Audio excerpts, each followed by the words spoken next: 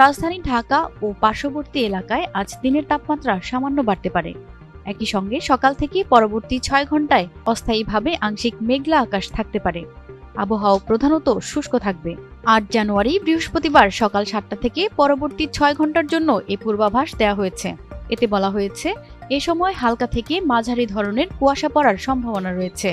উত্তর বা উত্তর পশ্চিম দিক থেকে ঘন্টায় ৬ থেকে ১২ কিলোমিটার বেগে বাতাস প্রবাহিত হতে পারে। দিনের তাপমাত্রা সামান্য বাড়তে পারে। পূর্বাভাস অনুযায়ী আজ সকাল ৬টায় ঢাকায় তাপমাত্রা রেকর্ড করা হয়েছে ১৩ ডিগ্রি সেলসিয়াস এবং এ সময় বাতাসে আর্দ্রতার পরিমাণ ছিল ৮৮%। আজকের সর্বনিম্ন তাপমাত্রা ১২.৯ ডিগ্রি সেলসিয়াস এবং গতকালের সর্বোচ্চ তাপমাত্রা ছিল ২১.৭ ডিগ্রি সেলসিয়াস। অন্যদিকে গতকাল রাতে আবহাওয়া অধিদপ্তর থেকে প্রকাশিত সারা দেশের সম্ভাব্য পূর্বাভাসে জানানো হয়েছে, আজ সন্ধ্যা ৬টা পর্যন্ত অস্থায়ীভাবে আংশিক মেঘলা আকাশ সহ সারা দেশের আবহাওয়া শুষ্ক থাকতে পারে।